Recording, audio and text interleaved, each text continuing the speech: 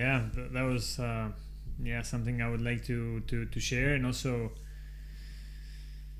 yeah, so another thing, kind of like of kind of like the empowering stuff that we were talking about, the medicine, right? Like yeah, we like, it was funny because before coming to the Netherlands, we had a friend, a really good friend that had just arrived to Costa Rica, and me and Elke just had moved into a new house, or rented a house, and basically this couple were living in the beach, and they wanted to have their kid at home, and in Costa Rica that's really not normal. So they found found a midwife and a doula to kind of like, kind of like go with them through the process. But the midwife and the doula told her that she couldn't have the baby in the house in the beach because it was too far away from any facilities. So they asked us to see if she could have the baby in our house, and and it was a big like it was, it was for sure yes, but it was, something that was different and not normal, so and it was going to be a huge experience, and what if something happens or whatever, you just like don't really know. So but yeah, everything was beautiful and magical and everything, and so that kind of like gave us the eye opening of this possibility. Plus this friend of ours, she told us that when she found out that we were going to the Netherlands, she told us, hey, the Netherlands is like the country with the most midwives in the world. So yeah, that stayed with us, but we really were not per se thinking that we were going to have a baby here. But then when the opportunity came, then we started, we got a midwife. We went through the Dutch system, which was the normal thing, and we already wanted to have the baby at home, but we were so happy that the system was kind of like easily made for it, because even like we were getting messages from family members in Costa Rica, like and saying like, hey, like having the baby at home is like, it's crazy, it's dangerous, like you shouldn't do it, like stuff like that. You need to go to the hospital. Even like we were getting like offered to pay us for the hospital because thinking that that having it at home was something that it was weird or whatever. So yeah, here in the Netherlands it's so nice that that's an option, and if you want it, it's the first option, So we went through the process with the midwives. The midwives were really nice. They were really supportive. The checkups were really fast, and very caring and loving and stuff. Not really a lot of like checks. We only did I think 3 ultrasounds. One at the beginning to check how long it was that Elke was pregnant, and then we did one at around like 30 weeks because they measured and they thought that the belly was a little bit too small for the time, but then everything was fine. And then one at the end to make sure that the baby was facing down towards the last weeks. But yeah, it was no really scary stories. Everything was, this is the normal thing. Your body's like really made to do this. And we were even lucky that in a party that we went, Elke was like, I don't know, like 34 weeks pregnant, and we went to a party. I don't know if the right thing to do or not, but we went to a party of a 10-year anniversary of some friends, and we met a girl, well, a lady that a young lady that did light birthing courses. So basically, again, how to empower yourself to understand that that the woman is designed to have babies, and that it's a normal and natural process, and that that basically what you need to do is you need to fall into the kind of like the oxytocin and melatonin cycles rather than falling into the adrenaline cycles, which is, the adrenaline is more like fear induced. Yeah. So that was kind of like, okay, like if you stay calm and relaxed, then your body, is opening, and that's what it needs to do for the baby to come out. If you get scared, which is normal, like if any animal gets scared while they're having birth, they're gonna close up and then run to somewhere where it's safe and then open up there. They don't want to have, they don't want to. If there's a predator going kind of come eat your kid, you don't want to just deliver your kid there. No, you're gonna close up. It might hurt or whatever, but you're gonna go take it to a safe place. So yeah, so we were we were reading a lot as well, and we prepared for it, and also we got coached really nicely, and then the day came, and we were the contractions or the waves, they call them the waves. They don't call them the people that we worked with, the light birthing person didn't call them the contractions, because contractions you feel like things are like getting tighter, when actually, like, from what I learned from these courses, the uterus has two muscles. One muscle, which is in the bottom, that like holds the baby like in for all the pregnancy, and then one muscle kind of like almost like the abs or whatever in the top. And what happens is, during the contractions, the top one is pressing, so the top one is like pressing like this, squeezing, so basically kind of like pushing the baby from the top, so that one is contracting, but then the one in the bottom has to relax to open up.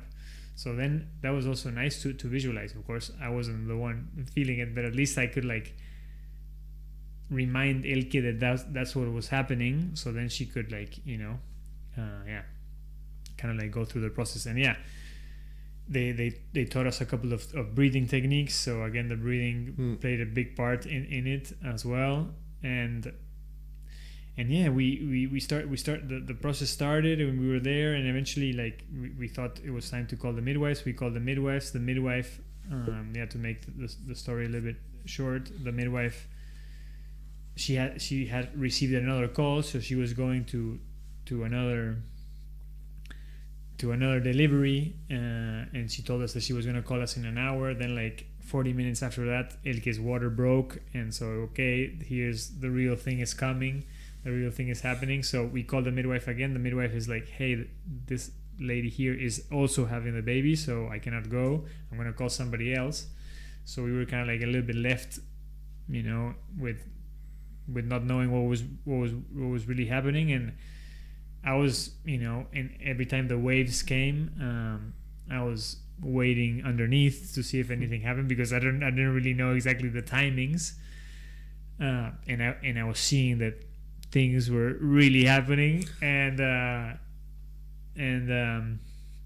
Elke eventually was like, hey, you need to call somebody, because because I was telling her, like, because I was trying to keep her calm, hey, like, if whatever happens, we can deliver the baby ourselves, like we have like our own intuition, and if the midwife is not here, we're going to be able to deliver. What I didn't want her to do is to close up and hold herself and panic, and then like fear and pain would start coming up. But eventually she told me like, hey, like, I want somebody that knows what's going on to be here. So I kind of like called the Wageningen, because we are in Bennekom, so it's in Ede, it's in the next town. So I called the Wageningen midwifery, and luckily the midwife from Ede had called the midwifery from Wageningen, and they told us like, a midwife is coming. But the midwife came, which was an angel. We didn't know her, which normally it's nice to have a relationship with your midwife, so then you're like comfortable being naked and all this thing. But Elke was definitely in the oxytocin cycle, and she was like breathing all this, and she was like completely like in another galaxy, It was great to see. And I was just trying to go like just be the tempo of the breathing with her, and then arranging anything that I was trying to fill up the pool, thinking that she was gonna have the baby there, but she didn't want to. The pool was not going fast enough, and also she didn't want to be there.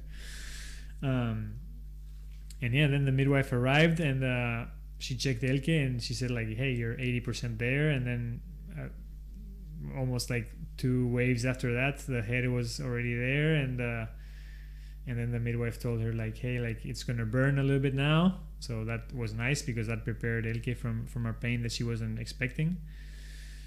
And once the head came out, Elke just pushed the entire body. Elke was standing up. She never lay down or anything. She was always standing up. So it was pretty impressive. Her legs were shaking because she was squatting for so long through the entire process. And but yeah, it went relatively fast. I think everything took like 2 or 3 hours. And yeah, then the baby came out, and the midwife, like I was with my hands there too, but the midwife received it before, and they gave it to me, and then the Paco was like crying. And it was so nice. And then I just gave it to Elke, and yeah, that day was beautiful with him and everything. So yeah, so it was definitely a magical experience, and and we couldn't have hoped for anything better. But yeah, like I think like we were lucky to be here and to be able to receive like really nice information about and a lot of really nice guidance of how we're like, well, not me, but as as humans, as women are designed to give birth, and how it shouldn't be like a scary thing, more like a like kind of like a divine thing, or like a connection to to like kind of like when you do like an ayahuasca healing or something like that, connecting with the source of existence. And I think that's what happened, and I think that's what women should go for, or yeah, couples should go for, because it's like I was almost jealous of Elke that that I was not gonna have the full experience, but yeah, I had it in my own way, but yeah, it's when women are not empowered to know that they can do it themselves, it's almost kind of like you're robbing. I feel like, of course, again, like medicine comes in, the medical system comes in to play, like in situations where like the baby's in a weird position or whatever, or something triggered the woman to be in fear, and you cannot reverse it, and now you need to get the baby out, because if not, it's dangerous for the mom and for the baby. So yeah, so medicine is great there, but like to make it the standard that this is going to be a divine experience, and that that in most cases it's going to be okay, and not. Yeah, it also depends on the entire system. Yeah, exactly. How you program yourself as a lady from very early age, because then for example, Elke was a different case. Yeah, I guess, but imagine if someone is having all the programming, then they're gonna have the hospital as a default option, and everything which is not hospital, it makes them stress. Really scared.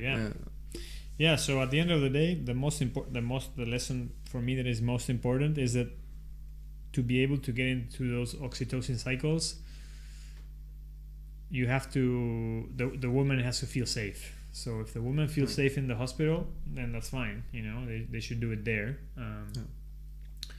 But yeah, hopefully get more insights into, not that you have to do it at home, but more insights that you're designed to do it, not to be scared that like this is something that you cannot do as a woman. This is something that you're designed to do, and actually like not only the physical part, that you can do the physical part, but also like that you're like meant to go through this mystical experience as well, so